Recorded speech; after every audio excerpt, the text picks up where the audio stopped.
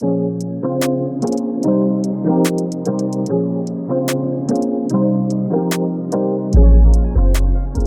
guys, Paul here. Welcome back to the channel. So today I have a mini instrument cluster screen for Tesla Model 3 and Model Y to share with you. So this screen actually sits on the steering wheel columns on your Tesla. So today I will show you what comes in the box and then step-by-step installation on this screen, and then at the end we'll test the screen how it functions. Let's go.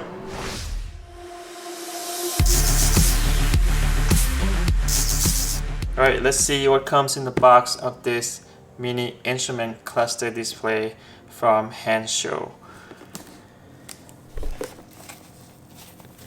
So first thing, as you can see, here is the instruction manual. So inside the instruction manual, it's included with both instruction for Intel version and also AMD version here. Alright, next, this is all the wire harness that you need. So this display came with only one set of wire harness with two versions of the plugs here. So the Intel is this end right here, and then the AMD version, which is the newer generation cars, would be this end of the cable. I have the Intel version. I have 2021, so I will only need this right here. So I can just ignore this, and then I will try to hide it somewhere inside the panel. So this side is where you connect from the MCU to the display.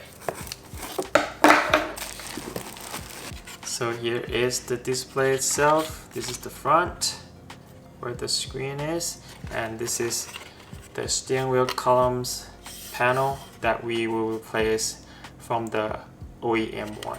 And this is the plug where you plug to this cable right here. So we'll plug this together later during the installation. Alright, now let's go install this mini display in my Tesla Model 3.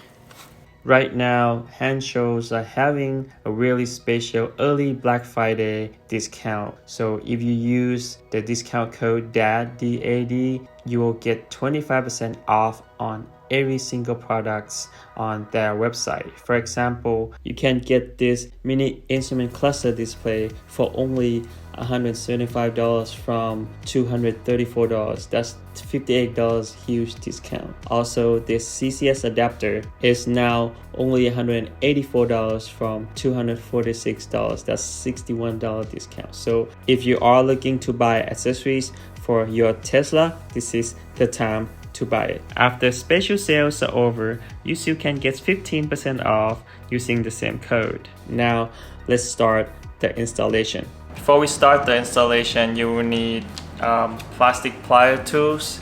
I got this from Amazon.com. I'll put the link in the description down below. Also, you will need the masking tape so we can manage the cable underneath the dashboard. Alright, and I also put the link of this mini instrument cluster display in the description down below. Also a special discount code for you. Now let's start the installation. So first thing first, we have to remove this trim panel right here, which holds the dashboard piece together. Now let's remove that. Try to use the trim remover. So it's all locked by the clip. There you go. Just came out just like that. So save this piece right here. Now we're gonna do the same thing on the other side too. Now we will start pulling this dashboard right here up all the way, the whole piece. So just try to be gentle, make sure we don't break any clip. There you go, just like that. As you can see, it's not super hard. So you do one pull, then the whole panel will come up. After you pull out that dashboard, make sure these metal clips, they're still there in place, so when you put them back, they will lock back in place. So after we remove the dashboard, we have to remove the steering wheel columns cover right here on the top, but we have to adjust the steering wheels first, so we just go to steering wheels right here. Now we use the steering wheels control to go all the way down and then all the way out, so we can take this part out. So you have to take this piece out first. So these two plastic clip, we have to remove it out first. Make sure we don't lose it. Just pop it out like that on both sides. There you go. There you go. Okay, let's now remove this piece right here. So just try to remove the cover part first. Just push it in a little, and then get the removal tools in there, and then pop it right here. It should have some kind of clip that we can pop it open. There you go. So one clip right here. There. There's one more clip right here. There you go.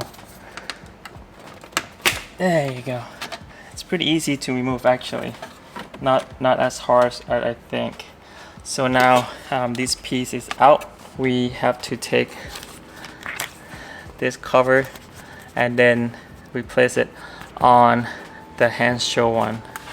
Right, in order to do that, we just have to squeeze in this right there. There's also the lock on the side right here, so make sure you pop that open first on both sides, and then you pinch in here, pinch in this one, last one. There you go. Now it came right off. Now we have this piece right here. Okay, now we just have to put it on the one from Hansshow.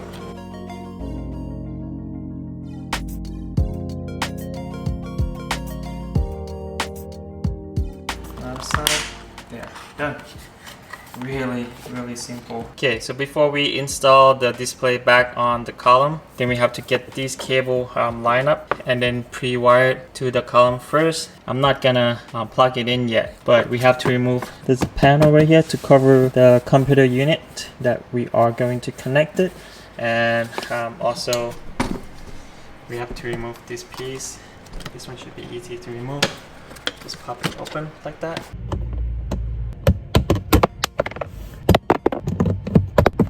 There. And it will come down. You have to unclip. You see the light? It's clip right here. Unclip that one. The light's gone now. And just unclip the speaker. Okay, so the speaker plug, it's a little bit tricky. You probably need something really small to pinch in hard enough, pull at the same time, then it should come out just like that. Okay, now we can remove this panel entirely, and then now we're just going to get this cable ready. I'm just gonna run the wire first before I even plug it in. Okay, I'm just gonna try to get this end right here, the end that we are going to connect to the display, out from the bottom up. There you go. So now we just run the wire up here, so height in here and then throughout underneath the dashboard. So right now I think I have, we're getting ready to plug and unplug underneath here. Okay, so before we connect and disconnect the wire from the MCU, make sure you turn off the computer units first. Go all the way down and then just power off. Everything, the whole power of the car should be off. There it goes, off now. Now we're ready to plug it and plug it, and then when it's ready we just press on the brake and the car should restart itself up, and we have about 2 to 3 minutes to plug it in and unplug. You should have plenty of time. If not, if you took longer, then you just have to restart the car. Just leave the cable the way it is, and then we just close everything, lock the car, and then leave the car for like at least an hour, and then everything should come back normal. All right, let's do that now. Now we have to locate that. See that old BD plug right there. In there, that's a gray color on the inside. So it's really dark and tight space underneath the glove box where the MCU unit is. I will demonstrate it to you right here. How are we going to insert the plugs? So imagine this is the gray plug, so it should already connected like this in the car. Then you have to unplug it, make sure it's gray color, and use the white Hansshow plug, the male plug, and then you plug into female on the MCU unit itself. Then you would plug the gray plug from the car that we just unplugged from the beginning, plug it in the white plug from Hansshow, just like this. Then we'll complete the connection. So this two plugs right here, or the whole cable, basically just extract the information from the computer to the display. You are not modifying anything or changing anything to the MCU unit at all. What am I doing here? It's basically take the information that the display need, and then take it from the computer unit and then transfer it to the display. Now come the trickiest part. Probably not the hardest, probably trickiest, to get into the right position to get ready and plug and unplug the OBD ports. Let's try it now. So I found it's easier to basically put yourself in the upside down position like that. Turn that up, just like that. Upside down, and then poke your head in, just like that, so you can see everything underneath. Get those cable ready when you unplug and plug it. So I finally got it done. Mission complete. As you can see here, the gray plug into the Hansshow ports right there, the female one, and then the male plug into the male port over there. So you can see there you go. Okay, so I just plugged the wires, and I'm gonna press the brake. It should restart. There you go. Restart. There you go. Okay, now let's try to connect the display, the mini display on the column first before we actually install it. Make sure it works. Just connect it. As you can see, there's a little beginning animation there. All right, awesome, it's working right now. Okay, now let's put the steering wheel's columns back. Make sure you run the wire to the back of the column, and then just try to put back where it was when you pop it out in first. There you go. So 2 hands, good grip, pop it in, and then same here. There you go. That's it. Really easy. Now we just push this pin back in. That's it. Alright, now we just have to put the dashboard back on. Okay, so the installation is pretty much done.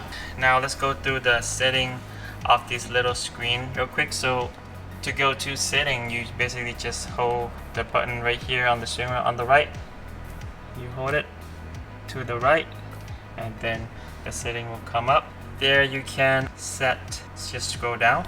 So just scroll down and it'll select each setting: Fahrenheit, temperature, time zone, the themes, night themes or day themes, pretty much light or dark, and then temperature, miles or kilometers, English, and UI. So there's two different UI. So this is UI number one.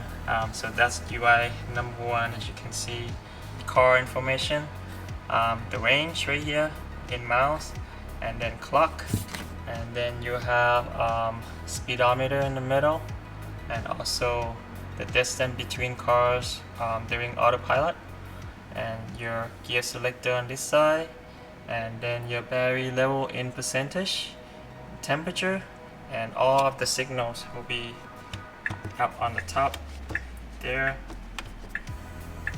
Alright, now let's check out the UI number 2 and see what it looks like. And then when you go back, you pretty much click on the right again, then we'll go back to the main screen. So this is UI number 2. So only difference when you park the car, and this will appear, but when you drive, this will change to speedometer. You have exact same information, except this it's not always there. As you can see here, this mini display from Hansshow offer all the informations that you need right in front of you. I believe this is probably the best one you can get for your Tesla Model 3 and Model Y for the instrument cluster display wise, and it does moves with your steering wheel, so it doesn't matter how high or how low you adjust your steering wheels, this will stay in exactly same spot.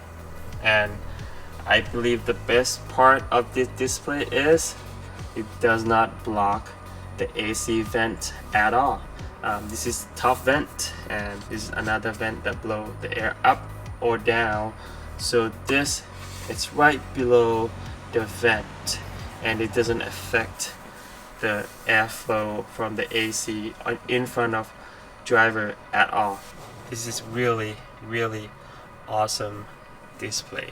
Alright, let me put the dashboard together, and then I'll show you the overall of this display, how it looks in the car, and then how it looks during driving, during the day and at night.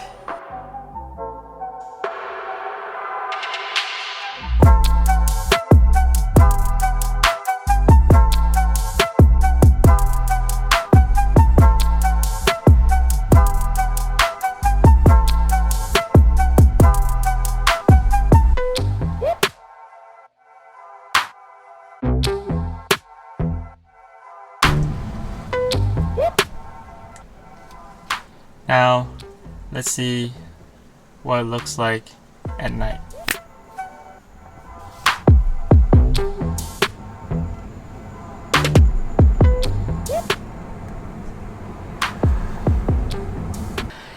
It's already been a year, and I try to get used to that one screen, one big screen in the middle, but then usually when I drive on the freeway, by the time I look at the speedometers, I went way too fast than the speed limit. So I love to have something right in front of me so I can see that speed limit, which is the most important thing when you drive, especially when you take a road trip or drive on the freeway. And thank you so much for watching today's video, guys. Don't forget to click like if you like the video. Don't forget to subscribe for future content and support the channels. We'll see you on the next video.